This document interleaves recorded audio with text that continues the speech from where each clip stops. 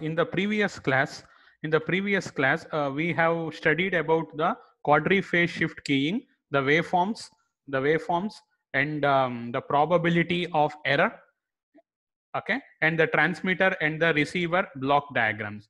So we have studied in detail how exactly the waveform looks, the transmitter block diagram, the receiver block diagram, finally the probability of error.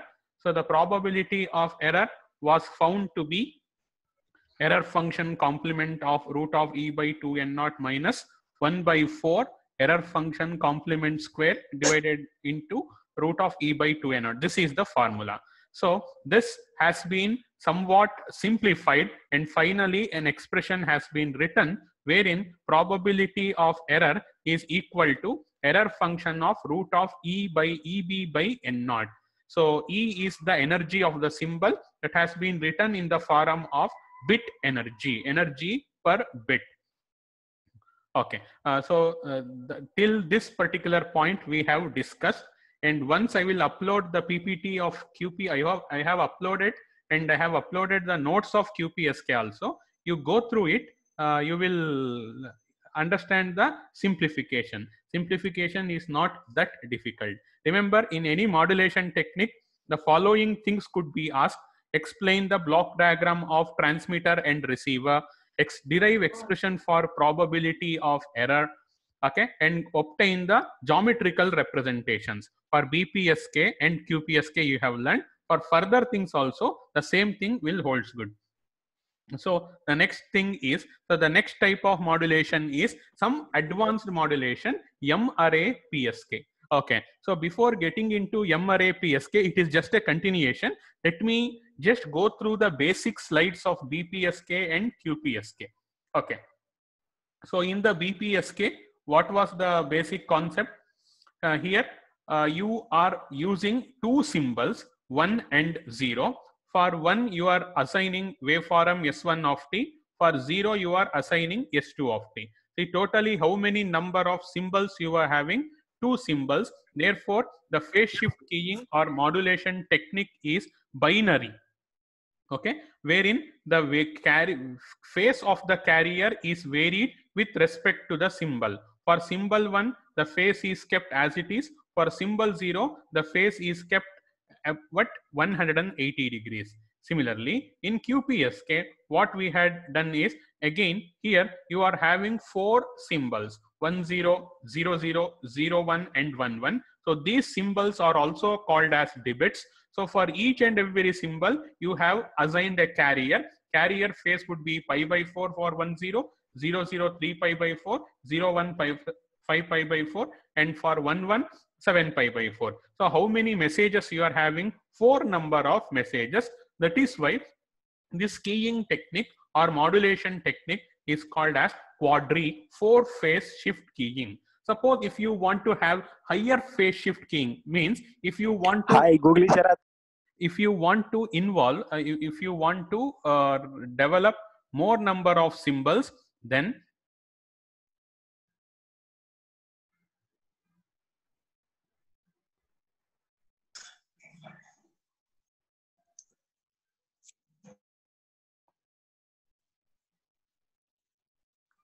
if you want to have more number of symbols, then we are supposed to use the M array phase shift keying, M array phase shift keying. So that we will see. This is for four number of symbols.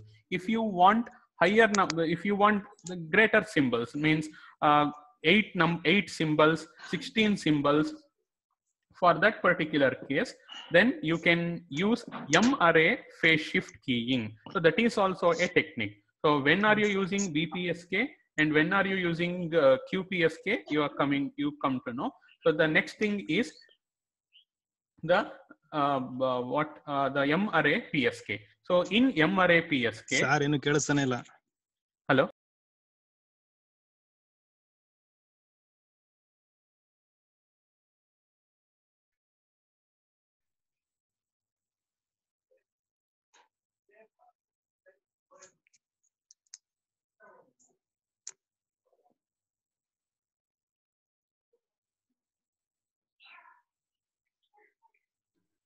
Is it audible now? Answer. Okay.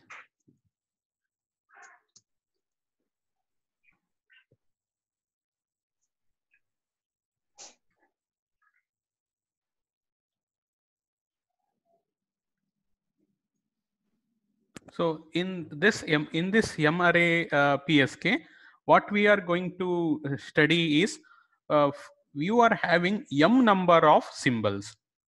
M symbols are there.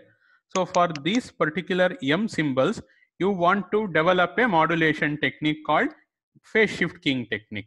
So therefore, for each of the M symbol, you assign a particular phase. Say for example, for message 1, you assign a phase as 2 into I, you keep it as 1. Okay, so therefore the phase is 0. For the second message, 2 pi by m, for third message, so on and so forth. Each and every message is assigned with a phase equal to 2 into I minus 1 by m into pi. What is m? Total number of messages. What is the I? The number of the message. So this is the first message, message 1, message 2 and message 3. Sir, blur ಆಗ್ತಿದೆ ಕಾಣಿಸ್ತಿಲ್ಲ.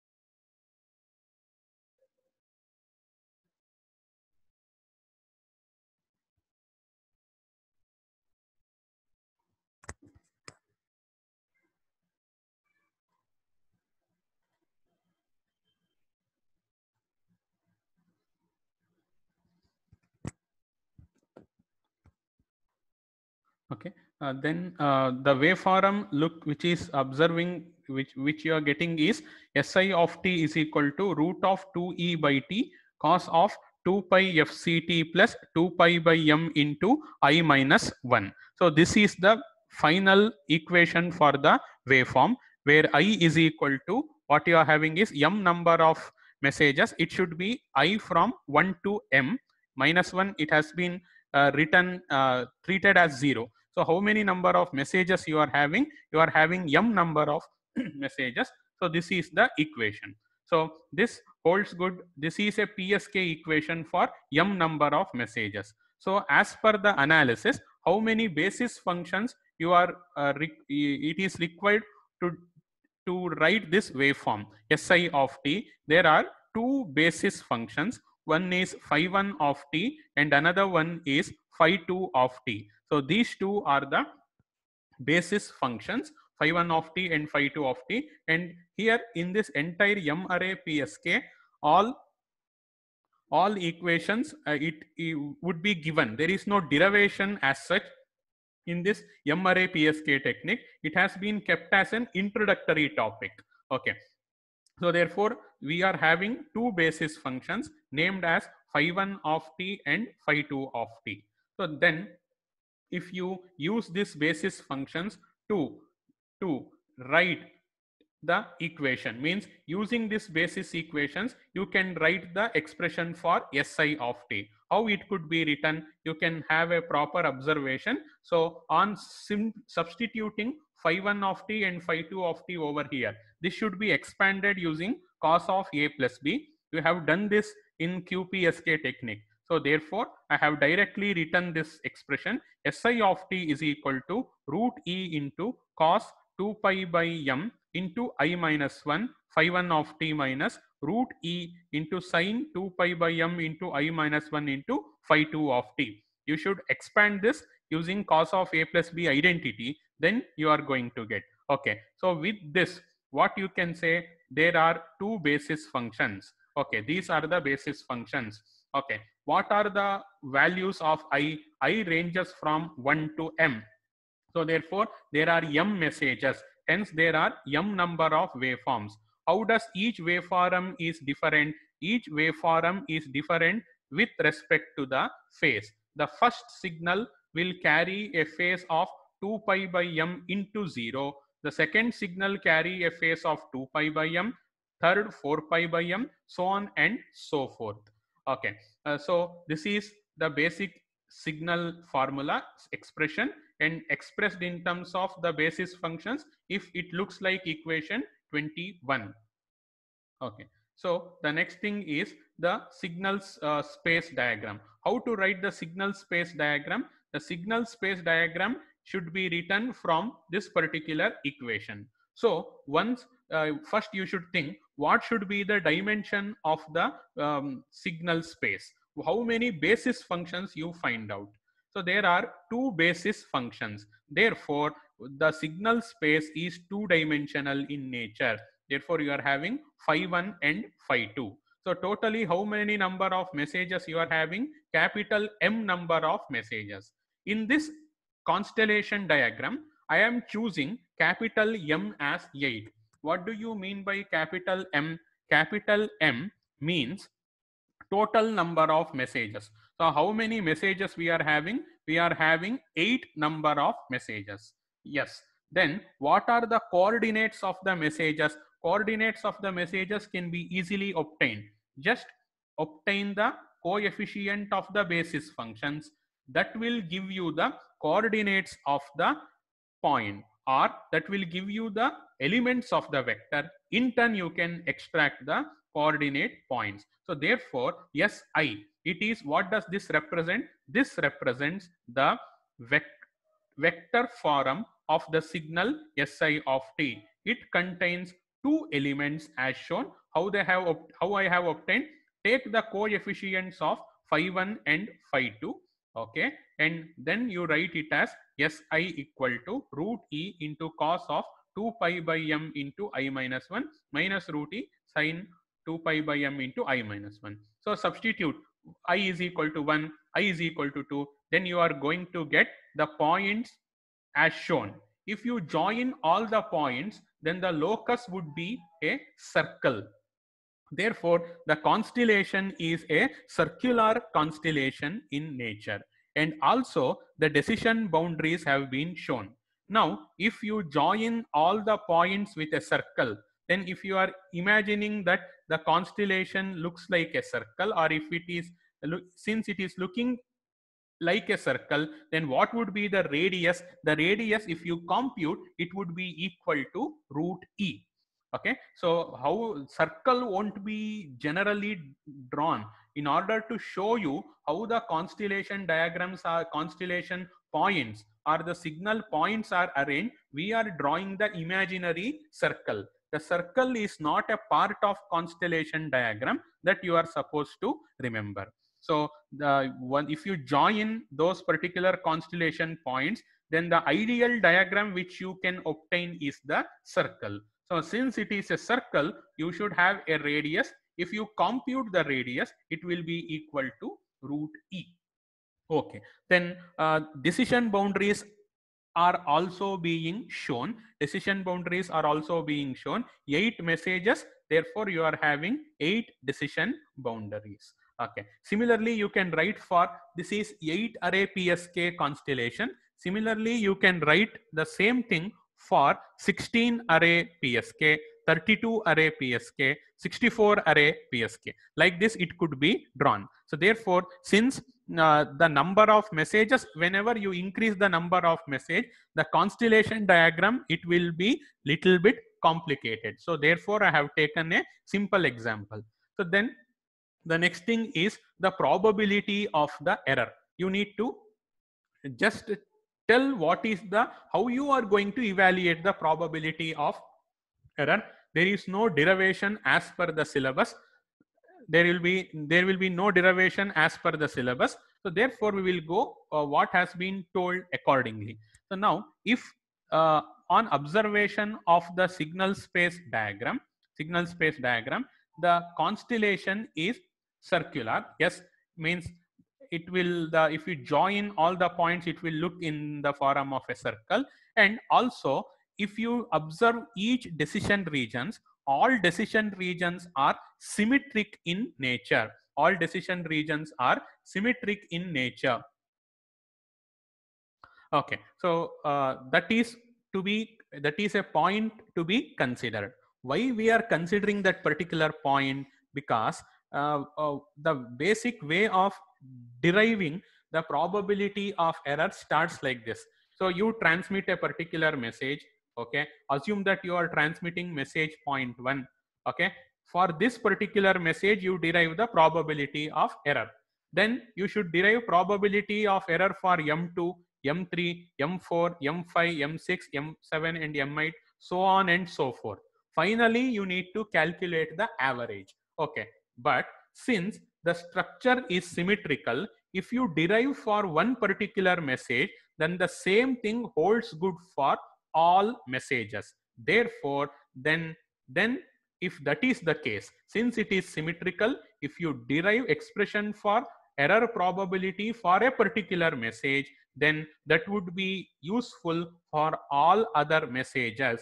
Hence, the average probability would be equal to the probability of error for a particular message. So that is the very basic thing why they have stated this line. The signal space diagram is circularly symmetric. So the inner meaning is this: circularly symmetric is the main just sentence what they have shown as per the diagram, but the essence of symmetricity is this. So now what we will do is we need to derive, right? So therefore what we will assume is, let us assume that message m1 has been transmitted. So therefore once you transmit the signal, okay, then you are going to receive the signal. So where exactly the received signal point, ideally it should fall in this particular decision boundary. Please observe the mouse pointer. So the received signal point will fall within, it should fall ideally within this decision boundary. By chance, if the received signal point falls over here, okay, then the receiver will make an error in the decision. This is by chance. If the received signal point falls over here, then also the decision is an erroneous decision. So therefore what we will do is, we will calculate the what is the probability of error when the received signal point falls in the decision boundary of M2 and received signal point falls in the decision boundary of M8. That both things can happen. Remember, I repeat again what we are doing. We want to derive expression for probability of error, and we will assume that message M1 has been transmitted.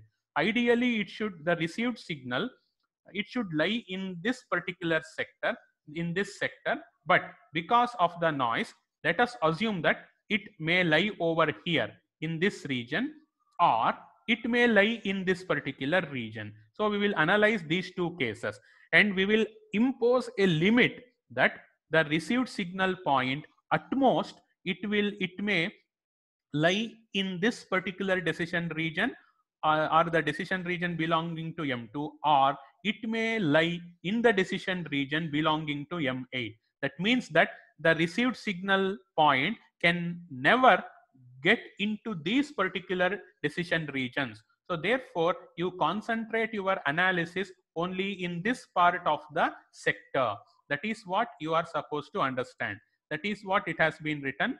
Suppose that the ratio E by N naught is large enough to consider the nearest two points, one on either side of the M1, as potential candidates for being mistaken for M1 due to channel noise.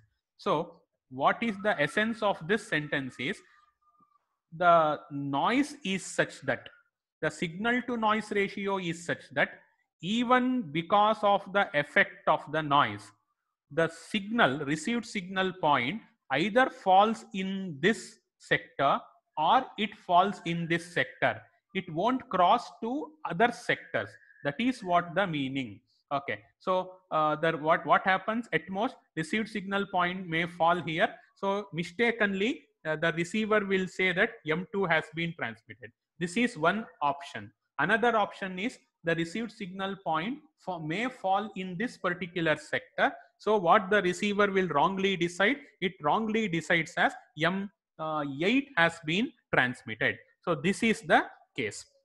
Okay, so that is what it has been written. The ratio is such that the point will fall either in one of the two sectors. Technically, it has been written like this. What is this ratio E by N naught? This refers to signal to noise ratio, the effect of the noise. So it's large enough to consider nearest two message points. What are the nearest two message points? M2 and M8. With respect to M1, these two are the nearest two message points, one on either side of the M1. This is to the top and this is to the bottom, either side of the M1, as potential candidates for being mistaken for M1. Means if you transmit M1, the receiver is deciding it as M2 and M8. So the receiver mistakes that M2 has been transmitted or M8 has been transmitted because of the channel noise. So this is the meaning. If possible, you can reproduce the same sentence, or else you can write like this. Okay, it may fall over here. The noise effect of the noise is such that the signal may fall in the region belonging to M2, or it may fall in the region belonging to M8. Only those are the possibilities, but the signal cannot cross this particular decision boundaries. It will fall ideally in M1, or if there are any error, it may fall in region belonging to M2 or M8. So that is the thing.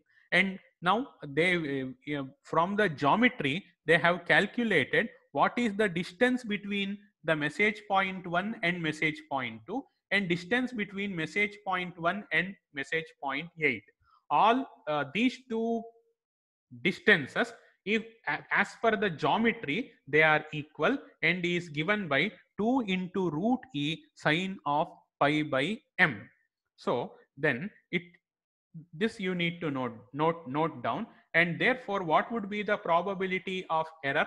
You need to write this statement, this equation. There is no derivation, only you need to write this statement. Finally it is given as PE is equal to error function complement of root of E by N naught into sine pi by m. Okay, the time is getting up, so therefore let me stop here. So I will continue the same probability of error in the next class.